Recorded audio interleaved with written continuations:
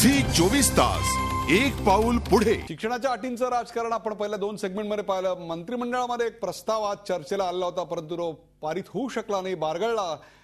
तो प्रस्ताव असा होता की ग्रामपंचायतीमध्ये जर निवडणूक लढवायची असेल तर तुम्ही किमान 8वी ओपन कॅटेगरीसाठी 8वी आणि 10वी जर तुम्ही रिझॉर्ट कॅटेगरी असाल तर 8वी असं एक अशा प्रकारचा तो प्रस्ताव होता. तो प्रस्ताव आज पारित होऊ शकला नाही. त्याची कारणं अत्यंत वेगळी असली तरी अतिशय क्रांतिकारी निर्णय असं याचं वर्णन आपल्याकडे केलेलं आहे अविनाश धर्माधिकारी यांनी. मला जायचंय डॉक्टर सुधीर गव्हाणे यांच्याकडे. डॉक्टर, मला सांगा, भूतानमध्ये शैक्षणिक अट आहे. भूतानसारख्या एका अत्यंत काही प्रमाणात मागासलेल्या राष्ट्रात सुद्धा शैक्षणिक अट आहे.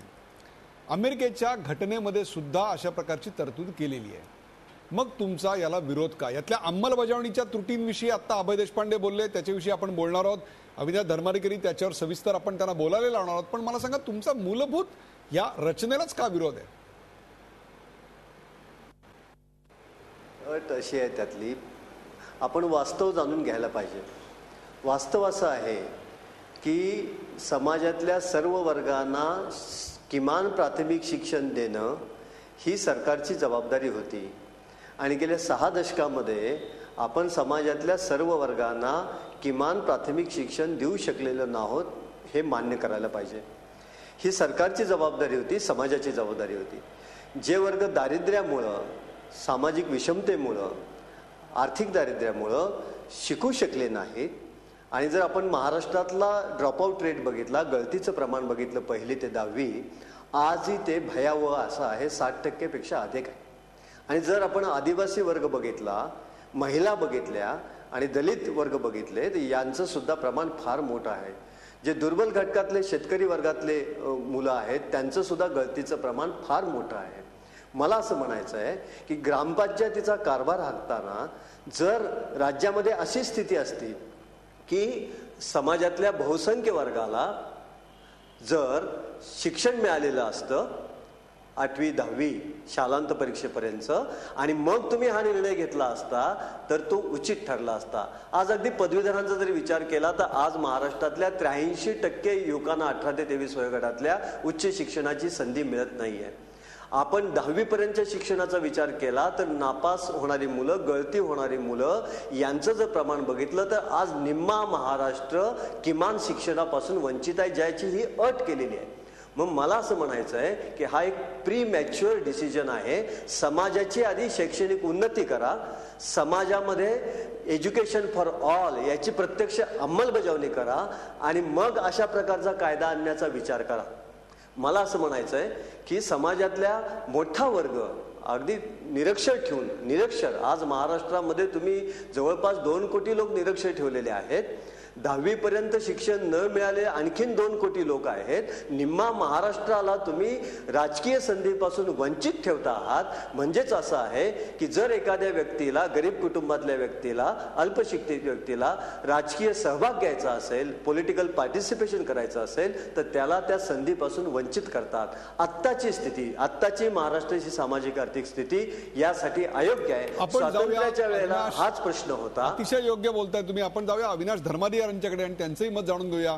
आपण अंमलबजावणीमधल्या त्रुटी पाहिल्यात. याची जी योजना आहे त्यातली मूळ जो थॉट आहे, त्यातला तो विचार आहे, तो अतिशय स्पृहणीय जरी असला तरी सुद्धा अंमलबजावणीतल्या त्रुटी ज्या आहेत त्या अभय देशपांडेंनी दाखवून दिल्या. तर सामाजिक वास्तव यातलं काय आहे याची जाणीव आपल्याला गव्हाणे साहेबांनी करून दिलेली आहे. असं असताना सुद्धा हा एक प्रीमॅच्युअर डिसिजन आहे का? याच्या अंमलबजावणीचा विचार झालेला नाही आहे का? आणि एकीकडे प्रागतिक महाराष्ट्राचं पाऊल खरंच या अशा प्रकारच्या उपक्रमांना चालना न दिल्यामुळं मागे पडणार आहे का? ऍक्च्युली अशा प्रकारचे नव्या दिशा देणारे निर्णय होतात तेव्हा त्यावर या प्रकारच्या 2 टोकाच्या कायमच चर्चा होतात आणि त्या अपरिहार्य आहेत. ही प्रोसेस आहे, मी त्याला क्रिएटिव्ह प्रोसेस म्हणतो. कोणाची तरी त्या निर्णयावर प्रतिक्रिया येते टू लिटल टू लेस. म्हणजे काही जण म्हणतील की उलट तुम्ही आज 2012 उजाडलं, उशीर केला हा निर्णय करायला. काही लोक म्हणतात टू मच. माझा अभिप्राय मी म्हणतोय की समाजाच्या उत्क्रांतीचा असा टप्पा आलेला आहे आता की जेव्हा हा निर्णय घेतला जावा. आता भारताची राज्यघटना जेव्हा तयार होत होती त्यावेळेलाच बाबासाहेब आंबेडकरांची इच्छा होती की वयवर्ष 14 पर्यंतचं सक्तीचं आणि मोफत शिक्षण हा मूलभूत हक्क बनवावा. पण मूलभूत हक्क बनवला तर तो जस्टिसिएबल म्हणजे न्यायालयात दाद मागता येईल. तर भारताची 1950 साली आर्थिक स्थिती अशी नव्हती की वयवर्ष 14 पर्यंतच्या सर्व भारतीय व्यक्तींच्या शिक्षणाची व्यवस्था सरकार करू शकेल.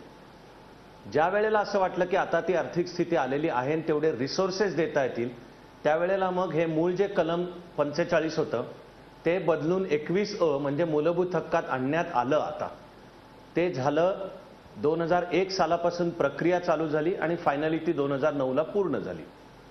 तेव्हा ह्या टायमिंग बरोबर आहे असा मी माझा वैयक्तिक अभिप्राय म्हणतोय. उदाहरणार्थ 2 मुलांची अट आली, मग आपण म्हणणार का की भारतातल्या बहुसंख्य जनतेचा सरासरी मुलांचा रेट 3, 4, 5 आहे, विशेषतः ग्रामीण भागात, तर तुम्ही ग्रामीण भागातल्यांची फार मोठ्या प्रमाणात संधी नाकारताय. तर देशाची स्थिती, लोकसंख्या नियंत्रणाची गरज असं लक्षात घेऊन बरोबर योग्य पातळीला ते आणलं ना, तो निर्णय बरोबरच आहे. गुजरात सरकारने घटना दुरुस्ती केली की मतदान हे मूलभूत कर्तव्य बनवलं पाहिजे, न करणाऱ्यांना शिक्षेची व्यवस्था पाहिजे. ती घटना दुरुस्ती अजून राष्ट्रपतींकडे पेंडिंग आहे. म्हणजे एक नवी दिशा दाखवली.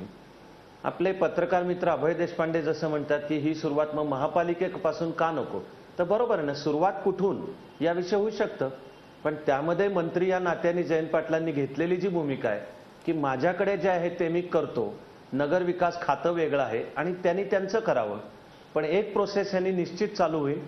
ते म्हणजे एक प्रकारचा रेटा तयार होईल की तुम्ही ग्रामीण भागात ही अट आणलीत, मग अशी अट शहरी भागांच्या मध्ये सुद्धा का नको. म्हणजे सरकार करतंय ते क्रिएटिव्ह आहे, पॉझिटिव्ह रेटा निर्माण करणार आहे. इनफॅक्ट मी मंत्रिमंडळाला ते मान्य न करण्याबद्दलचा दोष देतोय की त्यांची सगळ्यांची डोकी कुठेतरी तिसरीकडेच चाललेली आहेत. उलट या ठिकाणी एक पॉझिटिव्ह स्टेप आपल्याकडे असलेलं खातं लक्षात घेऊन त्यांनी केली. याला मी म्हणून मगाशी म्हणालो की अभिनंदन आणि आभारास पात्र असलेली गोष्ट आहे. मला अभय देशपांडे यांच्याकडे. अभयजी, मला तुम्ही सांगा, आपण दोन्ही बाजूचे विचार मांडलेत, आता तरी मला सांगा की याच्यातल्या अंमलबजावणीकडे थोडंफार दुर्लक्ष करून हा संपूर्ण प्रस्ताव आपण या जनमताच्या रेट्यानं पुढे सरकवला पाहिजे, सरकारवर दबाव आणला पाहिजे, अशा प्रकारच्या चर्चा करून. नाही, मगाशी अविनाशजी जे म्हणाले त्याच्यातली मला एक त्रुटी लक्षात आणून द्यायची आहे की तिसऱ्या अपत्याचा आपण निर्णय घेतला त्यावेळेस आपण जस्टेशन पिरियड जो लागतो की कायद्याचा एखादा निर्णय घेतल्यानंतर त्याची अंमलबजावणी, तर त्यात आपण अपत्याचा वेळ घेतला की या तारखेनंतर 2 वर्षांनी हा कायदा अंमलात येईल आणि त्यानंतर ज्याला तिसरं अपत्य होईल तो अपात्र असेल. आधी ज्याला 4 मुलं आहेत ते अपात्र झाली नाहीत. आता या धोरणासाठी 8वी किंवा 10वीचं घेतलं तर आपल्याला 10 वर्षाचा जस्टेशन पिरियड द्यावा लागेल ना. असं 2015 साली किंवा 17 साली असं केलं तर मग काही लोक वंचितच राहतील ना त्यापासून.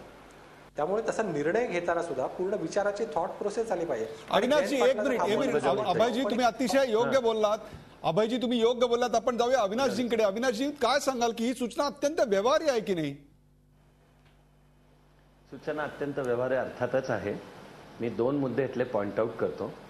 एक म्हणजे कलम 21 ची घटना दुरुस्ती होऊन सुद्धा आता 11 वर्ष म्हणजे काही महिन्यात एक तप पूर्ण होईल. त्यामुळे सर्वांसाठी शिक्षा अभियान, सर्व शिक्षा अभियान सुद्धा दीर्घकाळचं चालू आहे. त्यामुळे हे टायमिंग आणि आजपासून 3 किंवा 4 वर्षांनी ते लागू म्हणणं हे व्यवहाराला धरून आहे एक. आणि दुसरं, एवढी ज्याला काळजी आहे की मला राजकीय जीवनात यायचं आहे, माझी ही संधी जाऊ नये, त्याच्याकरता सध्या थेट 10वीला बसता येण्याच्या सुद्धा व्यवस्था उपलब्ध आहेत, मार्गदर्शन उपलब्ध आहे. त्याला जर आजच कळलं की आजपासून 4 वर्षांनी येत आहे बाबा रे किंवा बाई ग, राजकारणाद्वारा समाजाच्या सेवेची तुझी संधी जायला नको असेल तर तुला आजपासून 4 वर्षांनी 10वी असावं लागेल, तर तसं असता येईल. अशा महाराष्ट्र आणि देशामध्ये व्यवस्था सुद्धा उपलब्ध आहेत. त्याचा त्यांनी येत्या 4 वर्षामध्ये फायदा घ्यावा. झी 24 तास, एक पाऊल पुढे.